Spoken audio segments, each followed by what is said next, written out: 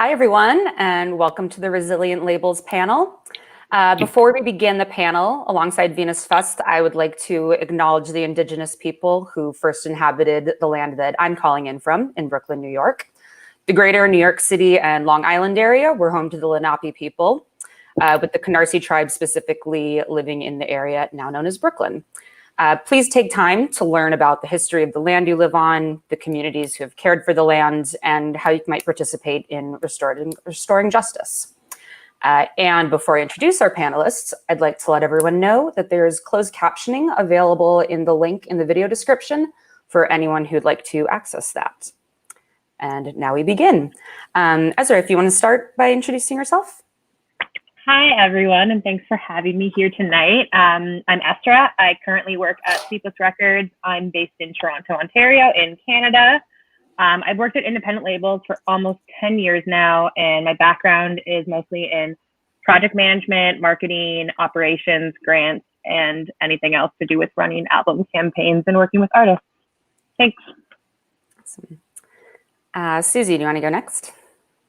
Hi, everyone. My name is Susie Anabolog. I'm a producer, songwriter, and creator of the label and collective Never Normal Records and Never Normal Sound System. I'm here in sunny Miami. It's like so sunny right now. And funnily enough, the name Miami actually comes from the original people of the land, the Miami people. So I give thanks to them for allowing me to be here today. And yes, I operate Never Normal Records. I founded it in the Bronx, New York in 2014. And our whole perspective is bringing futuristic music from Africa and Afro diaspora forward into the future. Awesome. Ansley, you want to go ahead? All right. Hello there. My name is Ansley Simpson, and I'm also from or working out of Toronto right now. I'm Mississaugas Anishinaabe, and I have the privilege of being able to work on my own territory, and it's shared territory of the Wendat and Haudenosaunee as well. I recently started over the summer a label. I'm a singer-songwriter and have been working primarily as an independent artist since I started. And I've just started a record label called Gizhiiwe, which is an Indigenous-focused, Indigenous-run label that sort of works to both bring about education around how the industry works, and yeah, just generally, hopefully putting out some really interesting Indigenous-based projects as we go. And thanks for having me. Thank you. And Niko. Hi, my name is Nico Stratus. I run a artist agency called Switchblade Music Group, based out of Toronto, Ontario. I previously, until very recently, ran a small independent record label called Headless Records. I used to run a music industry association for a number of years. I moved into this, I'm a trans woman myself, and I moved into this because I saw no support for other trans artists in the Canadian music industry. So when I decided to move out of working as a record label, I sort of tried to see what else I could do out there, and artist management, working with artists, doing, consultation work and all that sort of stuff, felt like the next logical step. So I moved from labels into not running a label. Nice. And myself, I'm Hannah Champaign. I've worked at various independent record labels over the years, and I currently work at an independent distributor called Red Eye, where I focus on digital strategy and work with a whole bunch of labels. So I've seen a lot of people adjusting to changes during this time. Sort of to that point, both from a label perspective or an artist perspective, what were some of the earliest adjustments that you found yourself having to make when we all shut down? And anyone can feel free to start. Or you can go first if you want. No, I was just going to say, the first and foremost, the elephant in the room, touring stopped. And I live off of touring, or I was living off of touring. That was paying my bills and my expenses for my business. And so not even just for myself, but for the other artists that I work to galvanize, I'm just like, okay, so how are we going to break these new artists with no shows? Like, they have their community they play to, and we're building these new projects. So that is the first change that I felt, but I felt really committed to finding out how to work against feeling hopeless and knowing that we could not play shows. I realized that the digital ecosystem is so vast and that there is a lot of opportunity to have these digital moments happen. So that is the first mindset that I had to work myself into. Yeah, lack of touring definitely was one of the biggest things, I think, for everybody's album. It's such an important part of getting your music across to different audiences, especially for people developing who are trying to get, like, or supporting artists in different ways of getting in front of an audience that normally they wouldn't have that opportunity with it because it's not their show technically. Like, they're just, as they're a part of it. So for us, it was moving everything to digital, and then that was also changing marketing strategies. We stopped doing out of home, like postering anywhere, because nobody was able to leave their home. So kind of weird to be doing anything outside. And nobody could go into radio stations or any kind of market that way. So we changed some of those campaigns as well. Yeah, we really sort of had to adjust. I'm as a person not putting records out myself. The band I work with, a band called Wares out of Edmonton, Alberta, we put a new record out on Mint Records really early into the whole shutdown. And we all sort of work on the structure of, record comes out, you tour record, you support record, especially for a band that was putting their first record out on like a larger indie label in Canada. It was a really, really hard pivot to try to adjust to, well, what do we do in this 6-month period when the record first comes out, where, you're supposedly touring and building your audience and doing all that stuff. And then what are we pivoting to? Because that digital sort of marketplace wasn't really there. When we look at now, when we have, Bandcamp is doing their things on Friday and people are doing regular Zooms and there's more regular digital events, but those things, especially in those early days, just didn't exist. So it was really interesting to take a look at how do we release a record and how do we support that time period that a record is new and engaging and everybody's into it. And, I'm not sure I really walked away with any clear answers because there was also like immediate burnout too, right? Like, you're telling people not only are you locked inside because there's a pandemic, but also like your primary source of supporting yourself as an artist, who knows when that's coming back? I wish I was more positive. I just like laid a lot of like negativity and then leaned back like I was. It's really hard. We'll get to, It's real. hopefully we'll come to some positives, but I think, it's, we're talking about the beginning, and that was certainly, a time for trying to get some hope, but also a time of a lot of uncertainty. Ansley, did you have anything you want? Yeah, well, for me, I had been wanting to start my own label for a while after sort of approaching different indie labels with this new album that I had that really didn't fit the traditional release model. So actually, when the pandemic hit was the day that my album release show, the tickets were supposed to go on sale. And so we just kind of pulled them back. And I remember it being like this really long waiting game of, we're watching the industry kind of dissolve and then watching all the shows that we had lined up for the summer just drop. And all of these unknowns kind of presented themselves. And I started to think about my release plan, which was really based around live shows. And although I had all of these other really interesting ideas, to release, including a very different kind of form of website, a booklet to kind of go with it, or a comic strip, film pieces. But all of those were originally shelved because in our industry, the live music is what pushes it. So in the time, once I took a couple months to really just kind of get my head back because things were cloudy in those early days, I started to sort of form this idea of, okay, maybe it's time to just start a label from the ashes and kind of go from there. So I remember that was sort of what led me into starting this label, which seems odd, but at the same time, I feel like our industry has been so stripped back of norms and you know, all of the infrastructure, that there's actually this interesting space now, challenging but interesting space that I can start to kind of see and grow. The other thing that I noticed really early on is that I couldn't get anyone to really even think about new music. Everybody was reaching way back to the nostalgic stuff, pulling out, you know, 90s albums and playing them to death. And I get that because that was comfortable and known, right? And I remember hearing from a number of artists that were just like, you know, we released it, it just kind of, you know, flopped, you know, or landed and nothing really happened and we can't get the radio to play it and all of these things. So yeah, a lot of challenges were hit right away, for sure.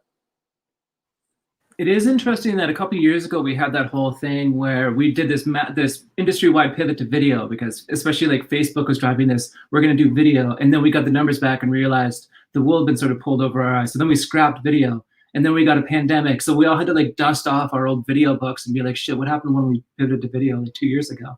Because it's like, it's all of a sudden now we're going back to this thing that we all abandoned because we were sort of hoodwinked on it being a good idea, and it turns out it was a good idea. We just didn't know until, you know, we couldn't leave our houses anymore.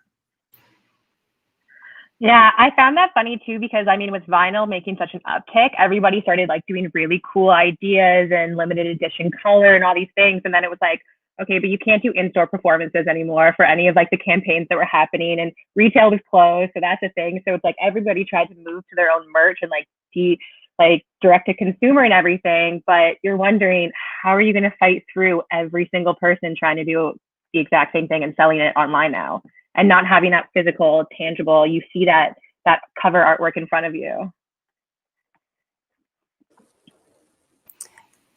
Yeah, I mean, absolutely. It's definitely just, yeah, the continuing attention economy and then multiplied by a million with only one, you know, sort of storefront, as it were, for people to go to for that. But I think, you know, Ansley, you're touching on it, and Nico as well, with the, you know, well, all of you really, but the way that people, you know, normally connect to fans, find new audiences is through live shows. And now that's obviously something we're having to work around. I guess sort of, you know, are there any kind of just besides maybe like, you know, maybe we can touch on live streams after, but like just other ideas for how to kind of establish fan connection and engage fans in the digital space that, you know, maybe have worked or, you know, not worked, even though you thought they might? Yeah, well, in the early days of COVID, well, in the early days, the brand partnerships that I had really worked on cultivating over the last 3 years or so, even some that were as early as like a 1-year relationship, they really came in handy. They truly came in handy in the very beginning, because every brand, after seeing the success of many DJ streams like D-Nice and things like that, they decided, oh, we have to do a stream and we have to pivot to online content.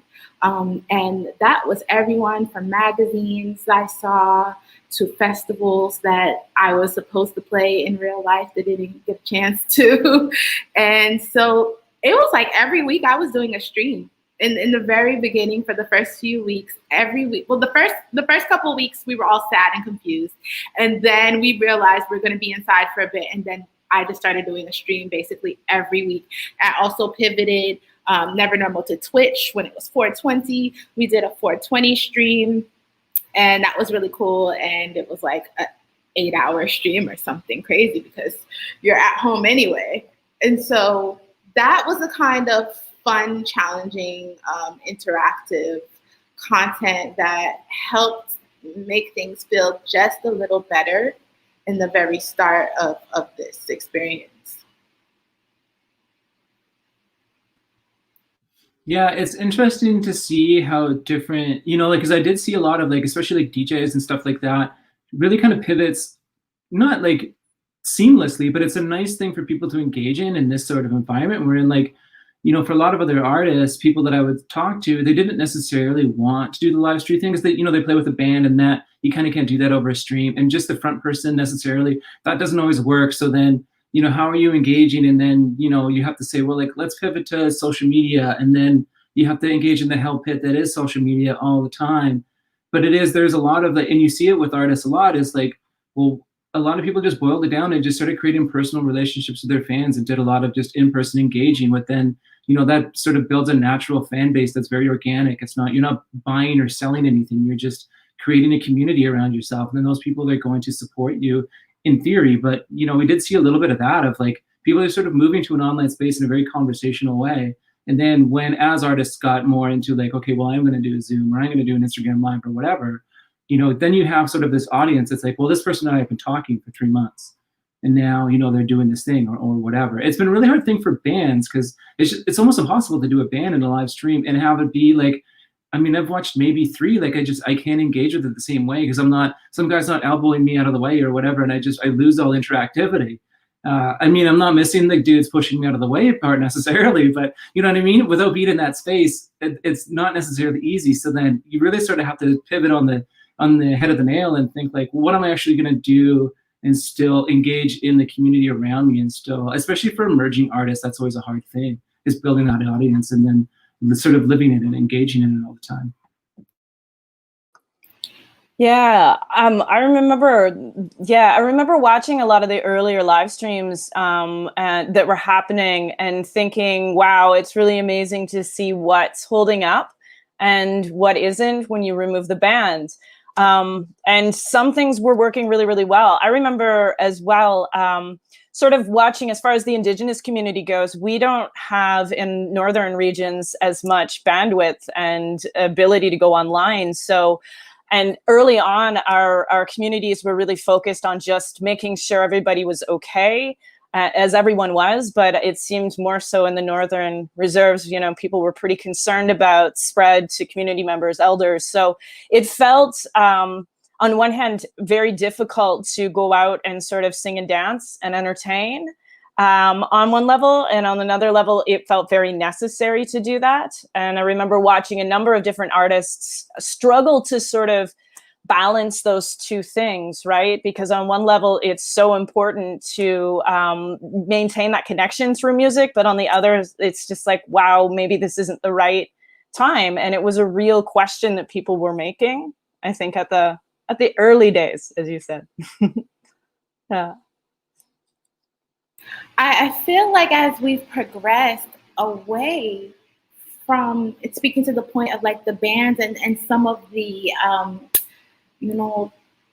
inaccessibility of this all, I feel like artists have started to acclimate their processes to even pivot towards pre-recording.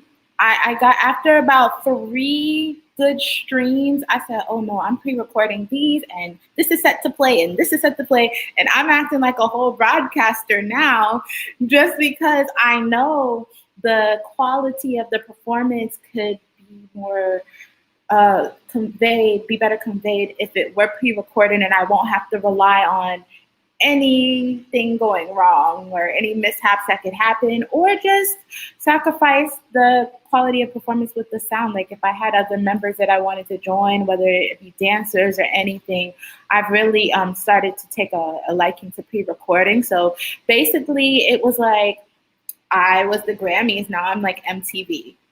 I'm just my own producer, like producing, going from the live content to the pre-recorded. It has been funny to watch the transitions of what's happened in a short amount of time. Like it's been, I mean, not short considering we all are sick of this, but in that time of going, like when you were just in your living room to now being like, oh wait, people are now going to venues or recording studios to do this, so their sound quality. Oh, wait, now people are adding in lighting or projections. Like we've seen all these changes occur to make it, because now we know that this is going to be the case for a while in order to have your music be heard by many people. Yeah, the band that I work with, they weren't super keen necessarily with doing live streams, but really wanted to do the pre-recorded stuff and then also playing with that format, because there's a lot you could do with it, right? So then they started working with visual artists in conjunction with these pre-records and doing like tripped out visuals or whatever and really playing with it and really messing with it. And I think, looking long term, we're probably not going to see this. Nobody's going back to touring next week. I'm starting to see bands being like, oh, we've got our October 2021 dates out. And it's like, well, I can't wait for those to be canceled.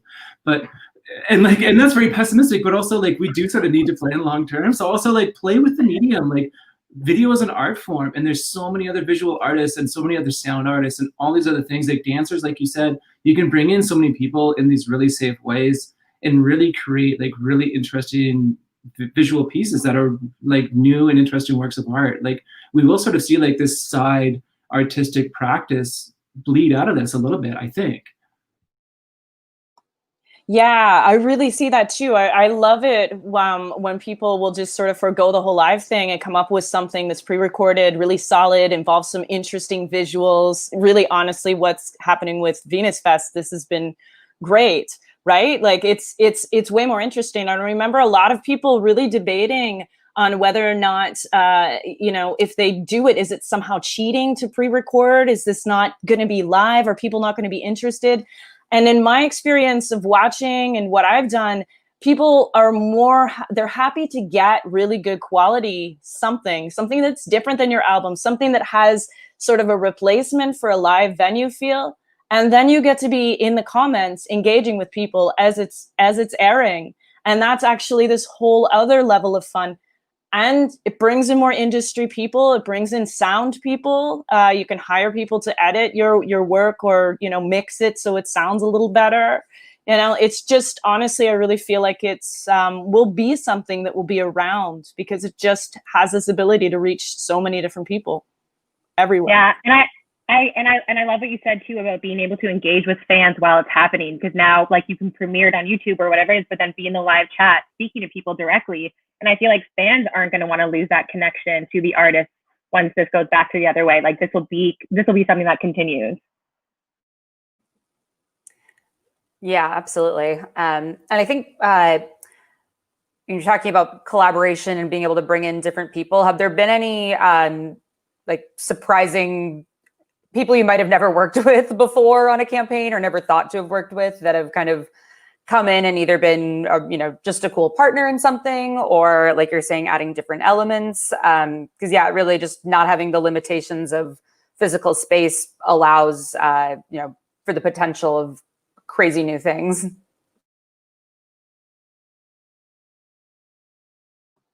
I feel like some of my earliest streams were with like music shops, like gear, you know, online. Like Reverb was one that I loved doing that piece for Reverb, and it's just like, whoa, I didn't expect Reverb, but of course they want people on their site. They're at home and they're gonna buy gear, so of course. And they had the budget to you know, pay artists. So I really love the fact that I'm seeing a lot of companies change the way that they are marketing, and in that way it's also honoring what artists are actually going through versus before. I actually feel like it's more intentional than ever before. I think, yeah, and one of the changes that I've seen too around this is that I'm considering now doing projects that aren't necessarily led by music or a musician, but to kind of flip it and start with art and then see what the artist wants to do with that. Because this is now suddenly, you know, what they want to do with teaming up with a musician or finding a friend that really speaks to them with what the visual element is. And so it's allowed me to sort of look at different projects in the exact opposite way. Instead of starting with music and then trying to match it with visuals, what if we did it the other way around? And I can't say that that would have been the case without the entire industry being flipped upside down. So yeah. We're now just making like the remember interactive CD-ROMs? Maybe I'm aging myself a little bit with that, but like we're like recreating that in a live experience where it's like, okay, well, we're gonna put the record out, and now we're gonna have like the interactive CD-ROM, the streaming interactive CD-ROM. That might be the worst idea ever, but it also is it is that of like, okay, well, we have this story to tell. How many different ways can we tell it? And you do like get different people on board. Because it is just kind of, I mean, like, look, like in Canada with the Polaris Prize, you know, they had to pivot to being online. And then through that, I know just because our band was longlisted, didn't make the short list, but in the conversations around it, there were other conversations around like when the short list comes out or when the winner is announced, we need to storytell in a different way. So what does that look like? How do we bring in visual artists? How do we do this and that? And then all of a sudden, I'm scrambling to find videographers, and I would have never normally done that for an album release. I would be more concerned in other areas of creative industries. But now, I am connected to videographers because I put a call out, and I wanted to specifically support trans women. So I then reached out to the trans community that I know and was like, who's making videos? Like, who can I engage with this stuff? So there is all these like new cross-pollination sort of communities coming together and supporting each other to work forward.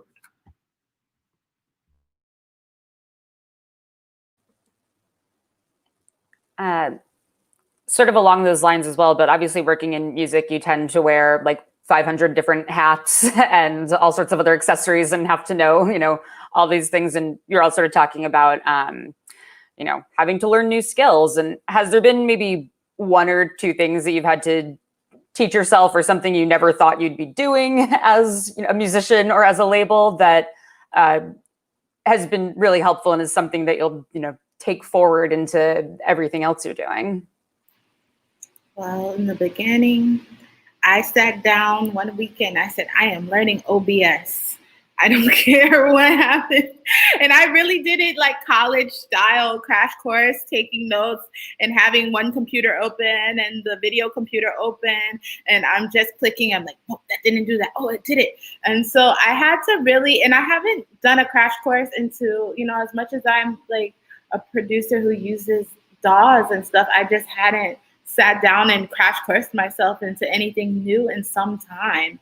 So I was really happy when we did our first 420 stream for Never Normal, because I never had done a Twitch before, and I knew I wanted it to look really nice, just like this panel looks so beautiful with the background. And you just want your streams, like Ansley said, like you want it to have quality, because people do tell the difference. It's not like people just want to stare at an artist sit on their couch. Even like people are getting Airbnbs and stuff now just to shoot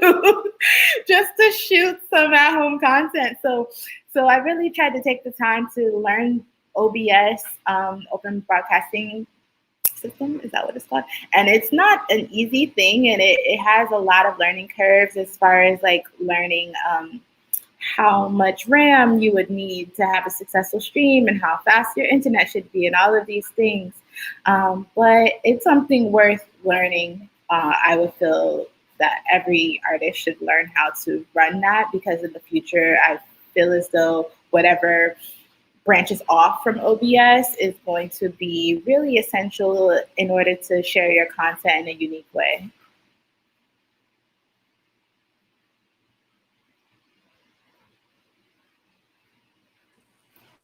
I didn't learn anything now. I've been challenged. Now I feel bad because I haven't challenged myself hard enough. No, I've been in through for 7 months. Well, I don't know that I have either. So good for you, Susie. I guess maybe onto, I don't know, like sort of the more structural side of how labels are working. I've seen labels have to retool release schedules, change, as I was saying at the beginning, change budgets. Have there been any, anything to do with how you're releasing or when you're releasing, just any of those kind of, budgeting structural type changes that have really been affected or that you've had to think about more since the traditional model's been a little uprooted? I think the one thing that's changing that I've seen, and not just with the record with the band I work with, but other labels that I've spoken to and been sort of working with on the side, is this idea that, because we create these hard and fast release dates based around, well, because there's going to be a tour attached to it, or there's going to be a premiere or whatever. But the more those systems kind of crumble apart, once your record's done, why not just put it out? Why do you have to tell everybody for 4 months that your record comes out on 10/23? Who cares? Just like if the record's done and I feel like the time is now, then the time is now, and just put it out. And that's been an interesting thing that has sort of pivoted, because we did that switch of like records come out on Tuesday, and then all of a sudden it's records come out on Friday. And we were always like moving these little pieces around on this chessboard. And just now are people like just throwing the chessboard off the desk entirely and just like, well, let's just replay a new fucking game. Because chess is boring, first of all. All the chess players are going to hate me now. But you know what I mean? I don't even know how to play. I pretend I know how to play. I'm very bad at it, which is why I'm using it as an analogy, because I'm mad at a thing I'm not good at. But you know what I mean? Like, there is that moving away from traditional structures and styles and re-looking at it and being like, well, yeah, like once a record is done, or if a single or an EP or whatever you're making, just put it out. And, you know, because you're always going to be competing with somebody out in this landscape now more than ever, because everybody's in an online space, in the same online spaces. So, you know, the more you work in a non-traditional structure, probably the more advantageous it is, because you're not everybody's putting the record out on Friday. Now all of a sudden you're putting it out on Wednesday afternoon. Well, no one else is doing it Wednesday afternoon. You've got an advantage. Wednesdays don't even feel like Wednesdays anymore. Yeah. Sorry, go ahead.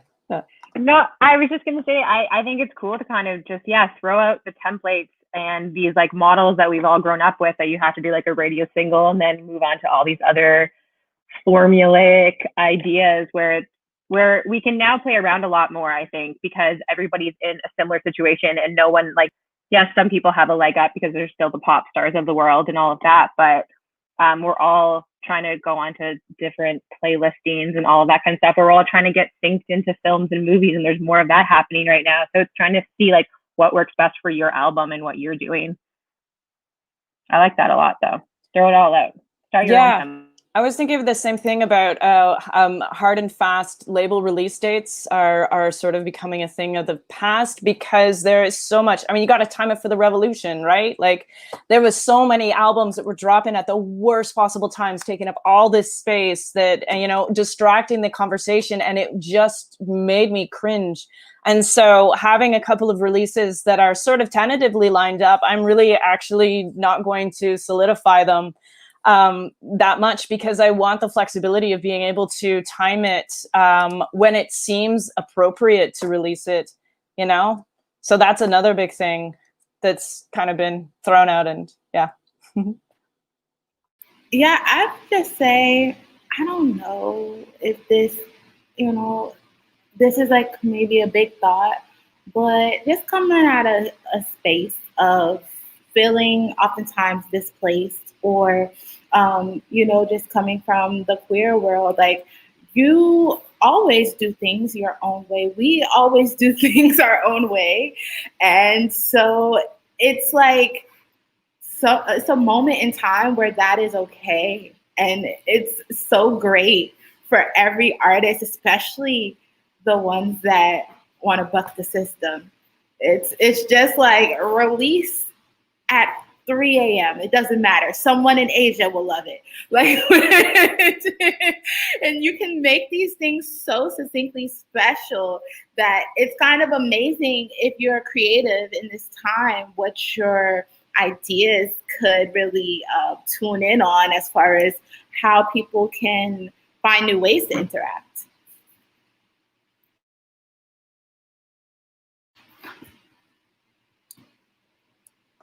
That's all. Just going to add to that, we had a recent release where I think you can also let an album sort of steep for a while. So you can release it. We've released a single and an EP, and then we have a huge visual component that's coming with it. But we didn't want to stress the artist out, because nobody needs more stress. So we didn't worry about the deadline hitting at the same time that the EP's landing, because you know what? It doesn't matter anymore. And you can breathe life into things in a different way than I think you could before, where it was sort of like, work it as hard as you can before it gets out in the world, and then just watch it die in like 2 weeks. Now, you know, these projects can be built upon, and they should be built upon, because quite frankly, it takes a long time to make art, you know, to create music. It's not a quick disposable thing. So yeah, I'm hoping that lasts. I'm hoping that isn't just an anomaly, and that we can start to really extend the life of something too. To play devil's advocate to my own talking point from 5 minutes ago too, like, there is also something to be said about, especially now as we're locked inside and we don't get to go out really all that much, and, you know, we're not doing shit. It is really kind of nice to know, like, hey, this thing is coming out in 2 weeks, and I know this thing is coming out in 2 weeks, so I actually have something to put down on a calendar and say, like, I'm looking forward to this thing happening. So there is something to be said too. I know I'm just blowing out my own argument, but I think there is also something to be said for knowing that something is coming, whether it's got a hard and fast date, or whether, you know, like, hey, I've got this EP coming and it's going to come out in the next 2 weeks or whatever. You don't know when, It's like a guy telling you he's going to come by your house and punch you in the face. You just don't know when. You're just like prepared for it. I don't know why I'm using these terrible analogies, but anyways, like there is something to be said for knowing that something is gonna happen and being able to look forward to it. Because now more than ever, it is really, especially art, like especially something that you know is gonna bring some joy into your life. It is really cool to be able to be like, I'm waiting for this thing to happen. I've got all these other things to enjoy in the interim or whatever. But I do know, like, hey, this single has come out for this record that I'm super excited about, and I know when the record is coming out, and these singles are sort of dropping at these random intervals. I don't know when. All of a sudden, I wake up and there's a new single in my Apple Music is telling me, you know, so and so has got a new single out for their new record. You know, there is something really nice about that. Like, if you want to keep your release date, you know, randomize something else still. Yeah. I think, yeah, to speak to that part too, I think it's also a lot of artists, once they have that completed piece of something too, they want to talk about it. So being able to have more content that they're able to say, being like, okay, this is a countdown of sorts, but like sharing different pieces of artwork or something that like matters is going to come out. And then like once it drops, you have all those other pieces, like sharing the lyrics and telling a backstory about the song, and then whatever, where it's being featured or anything like that. But I have found that artists always want to like tell the news right away that something's going to be happening in like a month even or 2 months away, but they want to talk about it. Yeah, I you know, dealing with a lot of labels definitely, you know, become a lot more understanding of people moving around release dates for all of the reasons you've all touched on. But I really loved your point, Ansley, about, you know, being able to kind of, you know, a lot of the times, yeah, the record comes out and it's like, okay, and then, you know, maybe there's a tour and you aren't necessarily doing a ton to re-engage with the actual music of the record. But, you know, that's such a great thing to be able to do now. And sort of along with that, and with the current elimination of touring, is there anything that you've found that artists are coming to you all for more, like, or different kinds of support than you'd usually be offering post-release? Has anything changed about that? I feel like artists who were having trouble getting started, like almost they feel comfortable with this time period we're having because they have time to take it a step back and formulate their process and get their ideas more clearly together. So it's not that I noticed specifically artists are coming to me for different things, though in the beginning I did, I have been just on an ongoing process to figure out how to pay artists more frequently because the need is there, like upping the intervals instead of like every few months. Like I'm trying to figure out a process where I can pay like, here you go, like, because we, even if it's a few dollars, like, here you go. But other than that, I've realized that the artists that I have engaged with are the ones I've literally been waiting for. They feel more comfortable now and less on edge, because when touring was happening and just seeing all these artists around you and like by proximity saying, oh, I'm not ready for this and I'm not ready for that. Now everyone's on a more equal playing field, and the artists are not afraid to create a process that means something, because we're realizing online, the more interesting you can be and present yourself, the better it is for your music. So you might as well take your time and do it. So that's mostly what I'm noticing. I'm just noticing like a frequency change in which artists and I interact. And it's way more intentional. Whoa, it's way more intentional. We were so very confused about just capitalism and how the music industry was working. We were so very confused. I've even just changed the direction of my label to not even really care about that stuff anymore. Really to make music that stands up for the culture, and that will be all the value that is needed. Yeah, I think that's a really, you know, the thing I do, like, we'll do like consulting periods with, especially like earlier, younger bands that are just starting up and they're early in their career. And, you know, a thing that I'll talk to them a lot is like, now you do have that time to really, because otherwise when you're getting into music, you're sort of like, you rush into it and you're moving along so quickly because you want to get your stuff out. You want to go on tour, you want to network, you want to do all that shit. But now you really do have that time to just sit and simmer in it and think like, like move with intention. What am I doing? Where am I going? What, you know, me as a business, you know, we're seeing this a lot right now. Like, what are your intentions? What is your structure? What are you actually doing moving forward? Who are you working with, and how are you working? Like, having all those conversations, I think that's the thing that I've been having people come to me the most, and is in turn making me sit with myself and think like, well, what am I doing, and who am I working with, and who am I supporting, and why? And really, like, there's a lot more conversations both internally and externally about intentionality.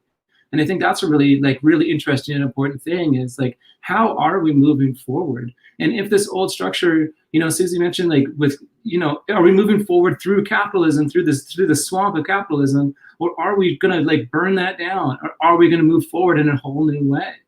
And what does that look like, and how do we get there? And how do we work with everybody else to get there? I think that's been a thing that's been coming up a lot, is how are we supporting our communities around us, and stopping and thinking and planning and being intentional, and then how do we move forward from there? I love that, because let's be real. Before all this, Red Bull was throwing an event every night with every culture, every culture, and I'll just be frank, it started to tear certain communities apart, because certain people wanted to be the gatekeepers of that kind of brand-driven event-based sponsorship. And now that is not a thing right now, it is so healing. I promise you, it's so healing, because people are just like, well, this is the person I listen to get me through. This is the DJ mix I listen to get me through.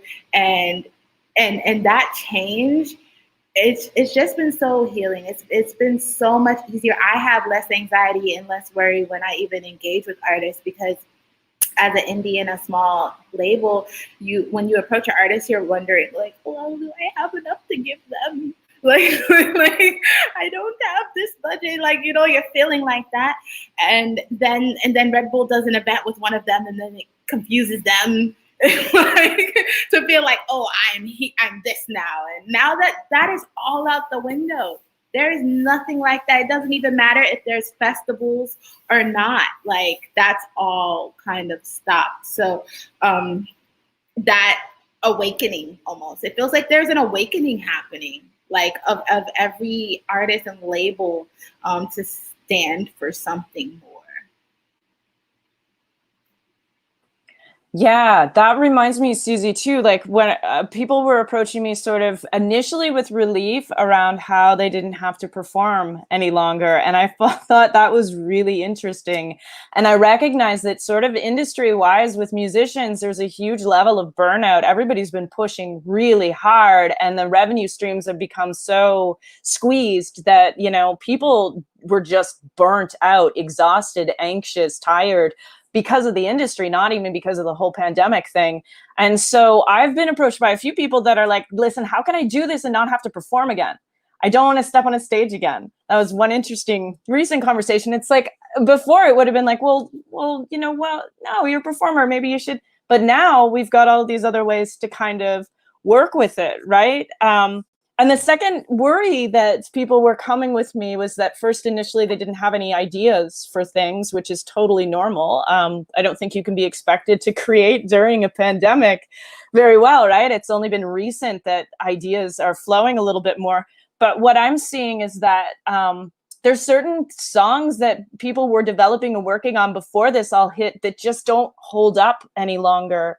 And I think all of the distraction is gone. So all of the music that is just there to sort of distract doesn't hold the same weight any longer. And so what's coming from it are these really solid pieces, these really thought out, intentional kind of, you know, writing that's happening, and it's exciting, right?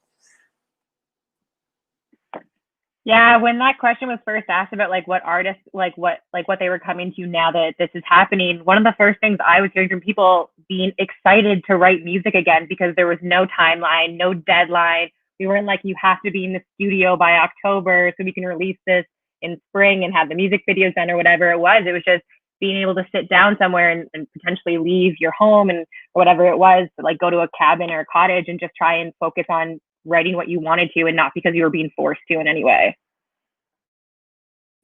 Yeah, we've stopped asking people to perform on and off stage because there is those two, like for performers, you're kind of always forced to perform because you're on stage and then you're off. Then you're represented by Yamaha, so you gotta lead that up, or you've got Ripple, you've got whomever, so you're playing the game when you're on and off stage, and it's going to affect everything you're doing. So now that you can sort of slow that down, and you don't have to we don't have to make the next record in time before we go to South by or whatever. There is hopefully going to be a lot more people really being able to take their time with what they're making and with what they're saying, because they're not as beholden to this weird ass structure we've just all agreed was okay for X amount of years and decades. Really, it's been so long. This is a side note, but I'm just so interested in, especially in us coming together today, what we refute and what we refuse to go back to doing. Once this evolves, because it's never going to be over, but once this evolves and things are feeling this kind of feels like then before, will there be things that we totally refuse, or will it just be let's go back to how it was before? I wonder about that, and that's a question that sits with the power of us label owners, and people who are programming these larger gatherings, how we can move forward more intentionally after we're not forced.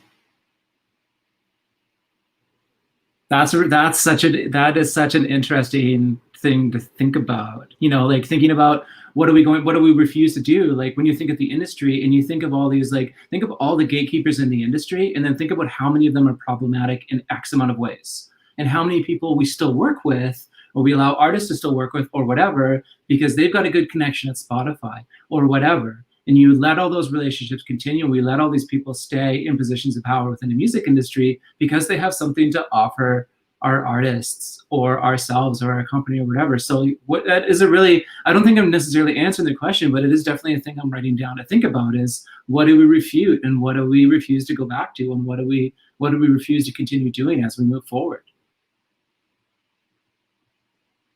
Yeah, that's something that I've been thinking a lot about as well. And a few things that I'm noticing on the other side of it, when I'm starting to see people organize, I'm getting concerned now that the majority of the bills that I'm seeing that are taking place, again, are predominantly white male, straight white male. And as an Indigenous musician, I'm watching all of my community. We're not on the bills any longer that are coming back, and it's sort of this idea of, do we only get the space then if all the white settlers are doing well, then we get the space? Is that sort of what's going on? And I'm hoping that doesn't happen on the way. I'm trying to be positive about it, but what I do see is that there are a lot of Black run labels that just started coming up, and this label, I'm hoping I can do something that will kind of carry things and support Indigenous artists and educate them so they understand the industry, they understand and aren't as easily sort of influenced, to go down these different routes because, oh yeah, this is how we do things, There is no this is how we do things any longer. No one has a proven formula, and no one's had it for years, because as soon as the streaming platforms kind of came on there and the revenue streams started going nutty, no one really knew what it was like. You can get a Spotify showcase going, where you're streaming all over the place, and it doesn't translate into ticket sales. It doesn't translate into money, for the artist, and it just becomes part of the background. So yeah, I'm curious to see what comes out of it. I'm worried about a few things, but I think there's enough of us doing these different models that are strong and are valid options now to take. When I started managing artists, the first thing I said was, because the first artist that I started working with asked, what does a manager do? And I said, well, that doesn't matter. What do you want a manager to do? Why are we holding ourselves to these archaic structures when we really could just change the game? like you said, Ansley, you know, I started doing this because there was no one helping trans artists in the industry figure shit out, and they're sort of having to operate in this like super like cis hetero like white dude infrastructure. But why are we accepting that that's the only way through it when we can sort of start breaking down these walls a little bit and look at things from a very non-traditional structure and say like, well, what are we actually doing? How are we working? And you know, what can we do here? Because we can change the game significantly, and we are starting to see that happen. We just need to like allow that momentum to get into, and people need to be willing to get out of the way to let it happen.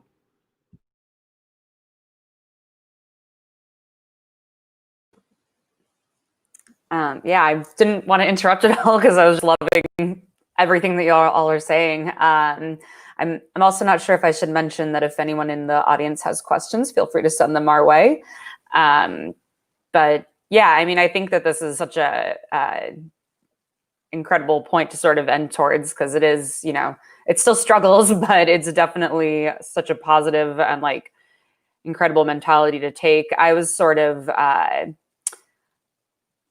thinking, you know, like if there was anything you discovered that you wanted to continue to be doing from this time that worked for you. But I think, you know, that's like almost the positive thing, but I think it's even more positive to be thinking about like, what do we want to leave behind from before this, and how can we be changing things up from where things, you know, from where things are going. And I guess, yeah, I mean, loving everything everyone was saying there, so I don't want to switch it up too much. But you know, are there any projects that you've started working on with artists that have sort of begun during this period of time, and that you're now having the chance to, you know, you're not readjusting a plan or anything like that, like you're able to kind of totally mold it to what's happening right now?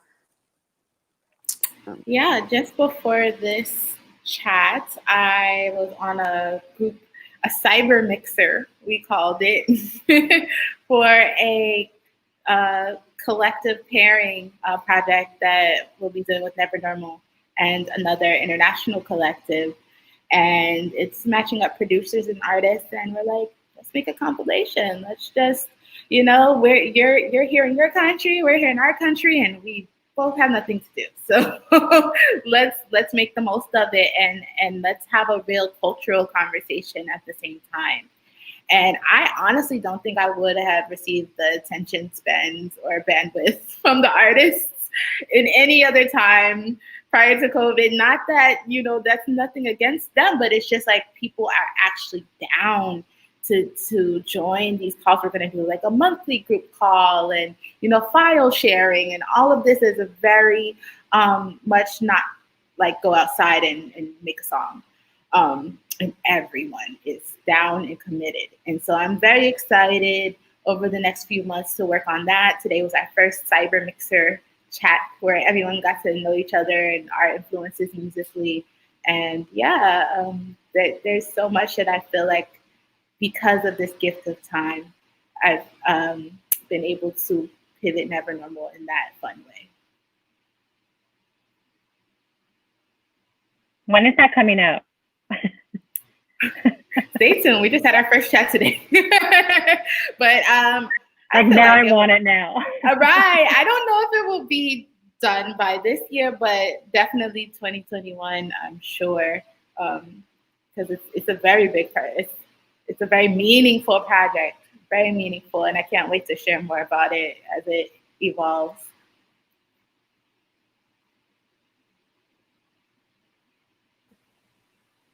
That's super exciting. I've been doing more organizing. Like, oh, sorry, you were just speaking and I cut you off. No, you go ahead. I was just gonna say, like, you know, speaking of like, what are we doing now that we're excited? I really like, Susie, you said the gift of time that we have now. I really like that reframing of what we have. It is, because it is true. We do have time to really look at things from a different angle. And, you know, I have been doing a lot more just like behind the scenes work, working with organizers, working with organizations, doing a lot of like sitting on steering committees and doing all that sort of like, you know, work that no one necessarily sees, but really important things nonetheless, like being able to be part of different communities in hopes that when we do come back, things do look different. So really sort of taking the time that I have to do that work and to just sit in the room and just to listen to other people. That is the thing I've really appreciated in this time, is like I can listen to other people more than I ever did before. And it makes me realize how much I never listened before and how much listening I still have to do. It has been it has been a gift of time. I'm gonna start thinking of it that way, as opposed to I've been locked inside my house for 7 months. Yeah, so for my gift of time that I've been given, to kind of continue with what Nico was saying, yeah, I've been, I think, without realizing it, focusing on community development and just making sure that communities are strong and that I'm having conversations with community members and listening. Resource sharing, I think, is going to be huge in this next phase, because if you have already figured out an aspect of the industry and you know it really well and you can easily share that, share it. This isn't helping anyone holding it in any longer. And the last thing that I think is going to be really key for this is basic income.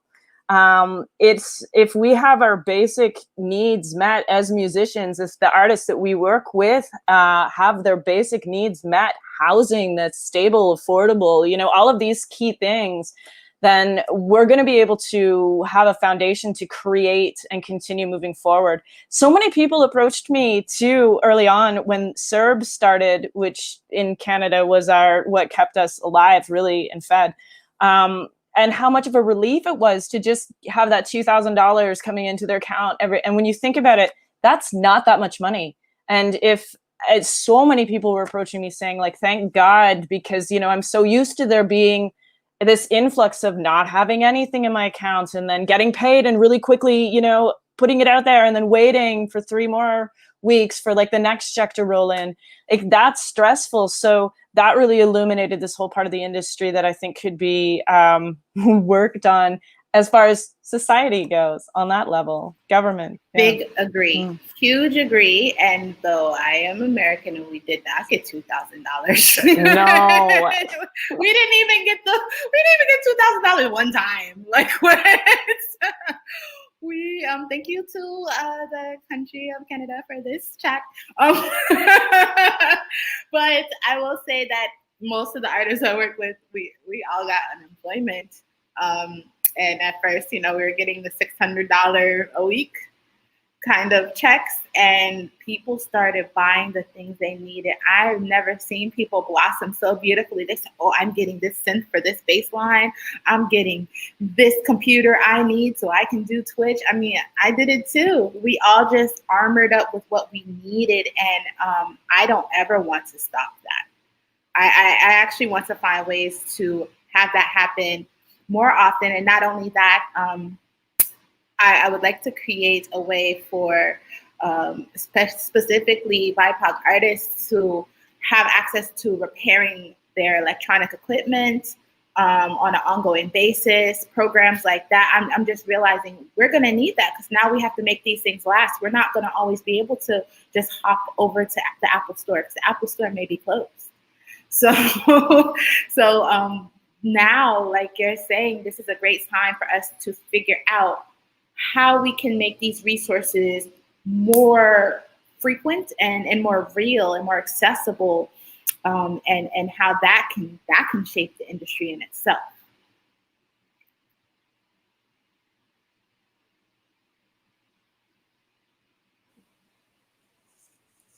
Yeah, absolutely. I mean, that's been, a huge concern of mine is, when this all started, was thinking about artist friends and how they were, not just label friends, but how they were going to be, managing and what the goods and bads of this were. And, I think that what you're talking about how to kind of continue the brief moment of relief that people got is so important for keeping things going.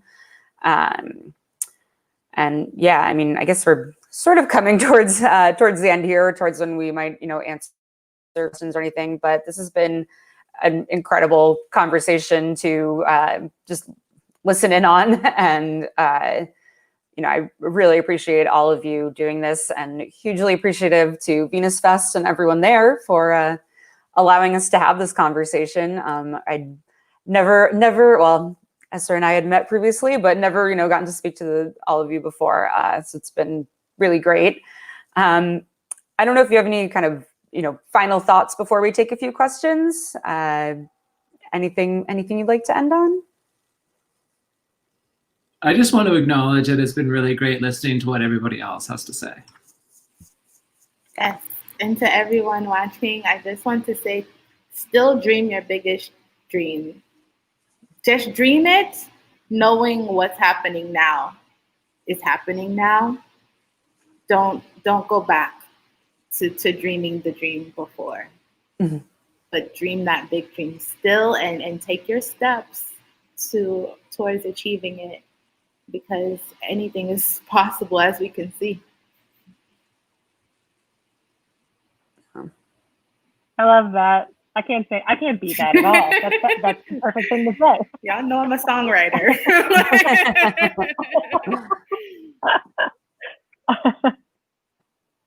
Yeah, hard agree with Susie and Niko. Yeah, everyone. And this has been fantastic.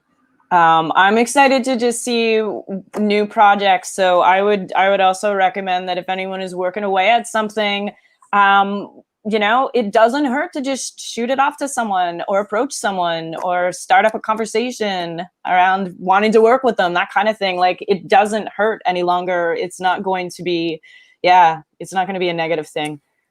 Yeah. Hopefully. I can't promise that, but yeah.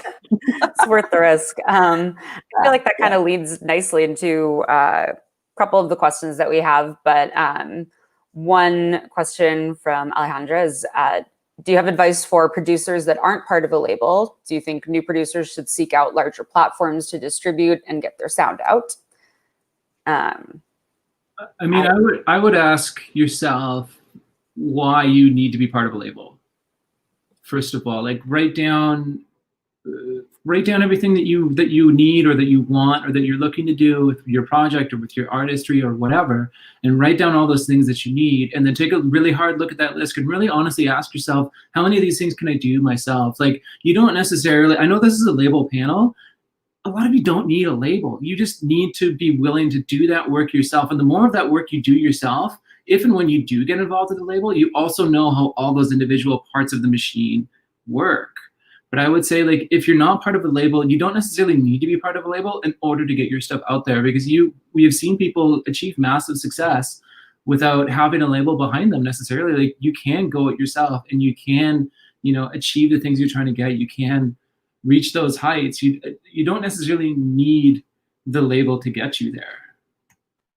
Yeah, I agree with that. And I think that sometimes the label is used as like, that's the end all be all. It's how you'll meet different places or meet different people. But another place would be like publishing companies or just hooking up with other producers in your community or something like that. Because a label, it depends on what your sound is. But if you're trying to connect with songwriters, that might not be the best fit right off the bat or the first person you should approach. Yeah, I mean, I'd say, like, you don't need to start at a label or, kind of what y'all are saying, but like, you don't need to wait for a label to come along to put your music out. And I think that putting your music out helps you find a community that can ultimately be more beneficial and supportive than a label can be. And, again, I come from label world and I love labels, but sometimes, it is just about finding a group of people who are going to support you and work with you, whatever they may be doing. And going on from that, I would say, definitely just organize yourself, organize your music, and come up with, organized dates as to if you want to do some photos with it or you want to drop a video for it. Just put it on your Google Calendar and just plan it out a little bit and see how far you can get yourself. And if you find yourself getting into a little hang up and you're just like, this would be good to have someone, think of like everyone is saying, the people around you, and think and say, oh, this person's really good with their Instagram. Maybe they could help me come up with some posts. The people that you do need are around you oftentimes, but it takes time for us to realize that. So yeah, there's so many different ways that you can go around. Not only the label, because I saw that you mentioned big platforms. So I guess I would assume you're speaking about like Spotify or something like that. Well, I'm here to tell you, Spotify don't pay that much money. So you can put your music there. That's fine. But then when you put it on there, you have to push it there. You have to push the links. And that's one thing I don't see artists do enough, actually promote the platforms they're on. They just say, my music's out. And it's like, no access to links. I'm like a hyperlink crazy person. I'm making my own hyperlinks for these songs. So just so people can access them so quickly. So just think about how you want people to access. What is your favorite platform? Where do you see community happening? And also know that there are new platforms being built that will be built in the now, that will bring more musicians and more listeners together than ever before. Because we've had Spotify for how long? We've had Facebook and we've had Twitter. Okay, so now, there's something new on the way, and there always will be something new on the way. So keep your ear and your eye out, and don't be afraid to be a pioneer of uploading your music on a new platform. For me, recently, AudioMac is one that I am definitely working on partnering with, because that is the #2 streaming music platform in Africa. However, when we say this music is out worldwide, it's never out worldwide, because for the 54 countries of Africa, it's only on one hand can I count if you can actually download Spotify in that country. So we're saying this music is out worldwide, but it's not accessible worldwide because these platforms don't have legal distribution rights in these countries all over the world. So just pay attention, start to research and see where you want your music, where you want your listeners, and start to see where they listen to music. And you'll find some more of these answers as to which platforms you would like to be on. Yeah, I would also agree with everything that's been said there. And just to build on it, I think the only other thing I'd add is don't be afraid to make your own work. So if you are really wanting and dying to do this certain project, and you could hear it, and you know how you want to work with it, or what kind of vocalist you want to work with as a producer, just start that work. Start to create those tracks. Start to do and approach people and see, because waiting for someone to approach you, that's only half of it, right? That may happen, but get yourself out there as well. Yeah. Yeah, I mean, you can do exactly like what Ansley did too. Like, start your own label. Like, if you want to work with a label and there's no labels to be had, build your own. You can totally do that. And bear in mind too, a thing that I just keep thinking about as we talk about this, like, I want to work with a label. We're all like talking about like artist-friendly, cool labels. There's a lot of predatory labels out there that will do a lot of shit to lock your art into his contract that is going to be beneficial for a label and not you. And keep that in mind as well. Again, I know this is the label panel, but like, a lot of labels are cool, but there's a lot of labels that are shady. And like, you really, like, if you do want to work with a label, talk to people that are on that label and find out what the relationship is to it, because a lot of people are locked into contracts with labels that they don't really like, and they probably wouldn't have worked with, because they're not getting the benefit. Like, when people say like, oh, I want a label that's going to do X, Y, Z, sometimes the label's not even really doing that. They're just locking you into a contract, and then they're sort of walking away from the project. So keep that in mind too. Like, are you working with a community label? Awesome. Are you trying to work with like, Universal? That might not necessarily be to your best advantage.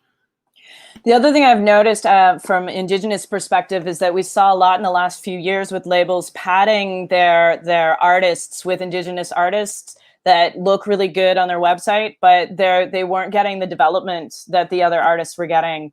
And they also weren't aware of how Indigenous music communities work. So, which is very different, in a lot of ways. Some ways are similar, some ways are different. So really watch, because there's a lot of,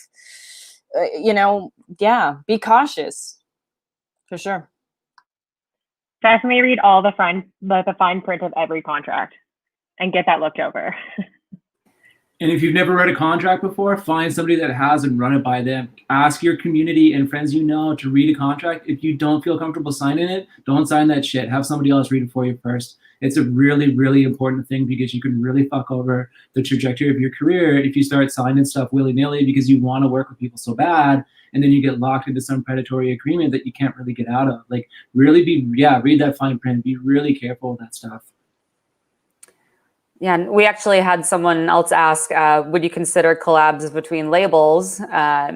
the example of think In-N-Out burger with Baker's fries, which I love. But, when I saw that question, I immediately thought, I'm sure there are lots of like artists on different labels who'd love to collaborate.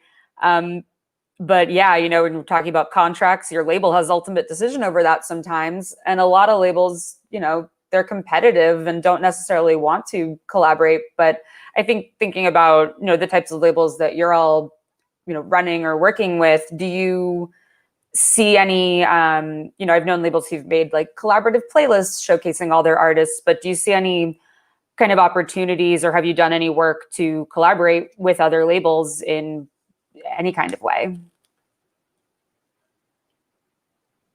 I've split released 2 records when I ran a label. I split released a couple of records with other labels, and it was always a really good. There are other people I knew that were in the same community. They had a better distributor deal than I did, so we decided to partner and did a split release, and it was really great. It was a really fantastic experience because we were part of the same community and we had the same ideals going forward, and that was a really important thing. But it was a really nice thing to be part of. I also really want to know about these fries because I've never eaten it In-N-Out, but I've heard a lot about it. And can someone send me a bag of Baker's fries, please? It's all I want. That sounds so good right now. I feel like I'm on the beginnings of this collaborations between different labels. So check back soon and I'll have an update. But it feels very good. It feels very good. You know what really feels good? To talk with other label owners, and to have those chats and share trade secrets that we shouldn't keep secret anymore. So I feel like if any labels are smart, they will be partnering up, coming up soon, more and more often, because and what's there to lose at this point? Yeah, agreed. There isn't really anything to lose, right? And it sort of builds the community side of it as well. I'm looking forward to doing co-releases with other labels because I think that I don't know, you sort of double the reach in a lot of ways. That's, to me, really excited and really necessary right now. So we'll see how it goes. The other thing that I'm working on, just looking at different business models as far as labels go, since I'm starting at the very beginning, what would actually work as a business label or a business model.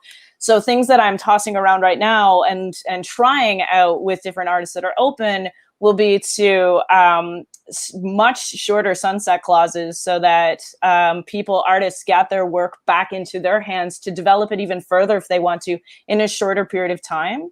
And then working less about signing an artist or working with an artist and more about what's the project. Maybe the project is just one single. Maybe it's a small EP. Maybe it's a weird 14-minute long video component with ambient music behind it, which would be so exciting to me right now. Things like that. Bring out the new ideas. That's the way to go. That's the way to go. If you ask me, that's what I've been doing with Never Normal. It's per project. It's not exclusive. You do what you want. And then it gives this freedom and this space that is undescribable and most can't attest to in the music industry. Most artists can't attest to having that feeling of space to do what they feel like they need to do. So that's really wonderful. And all that room to grow, because you can't expect when you sign an artist in 2020 that in 2022 they're going to want to make the same music that you signed that first album. So much of the world is changing and we're all dealing with new stresses and new things to combat, and people are growing families or people are losing. There's so much that goes on in people's personal lives that I hope artists grow from all of this and want to be kind of create and experiment and collaborate like we're talking about. Yes, and it stands to be acknowledged that the systems of the music industry were primarily created by the patriarchy. So in knowing that, we don't have to do any of what they did, and we don't have to have any of the contracts that they had. We can have our own thing. So keep your mind open because this is a new day. Yeah. I think we have one final question, which we're already kind of discussing, but I'd love to acknowledge how great the question is, and maybe we can wrap up after that. But just saying, really inspiring to hear about some of the ways that you're throwing off the old formulas. Are you noticing any new formulas or practices forming? And if so, do you think they're any better than the old ones? Which is definitely interesting, because we are kind of talking about, well, just mentioning the people who created the systems that a lot of, musicians are currently working in. And that's why it is super inspiring to see all of you as part of, forming new things that are just, going to keep growing. But if there's anything, specific that's new that is or isn't better, I guess. I'm seeing indie artists pull their music off Spotify and refuse to keep it up there and putting it on, Bandcamp or whatever, and just not putting it on streaming, and just like actually be willing to say, fuck this, I'm not actually gonna engage in this. Like the guy that runs Spotify is like pretty out and about, like not the greatest person, and is not willing to change. So we're not going to engage in that. And we've all agreed, like the music industry in the last however many years has agreed that Spotify is the metric we're using as a means of tracking success for whatever reason. But we're finally starting to see indie artists say like, no, I'm not playing that game. And exactly that, like, I'm going to go to wherever, like I'm going to find a different platform for my music, and I'm going to make my community there. And I think that's really cool.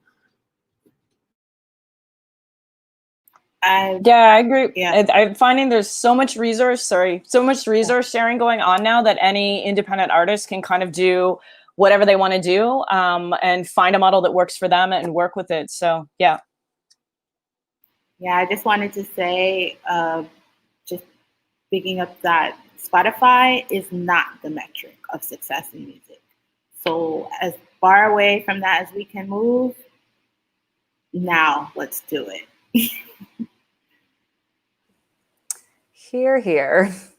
And if people are enjoying the discussion about change that might be happening, we'd love to plug that there is another Venus Fest panel after this at 8 p.m. called Is Change Happening? So maybe we'll get some different takes and different opinions from that panel. But yeah, I can't say enough how wonderful it's been talking to you all. This has been an excellent conversation.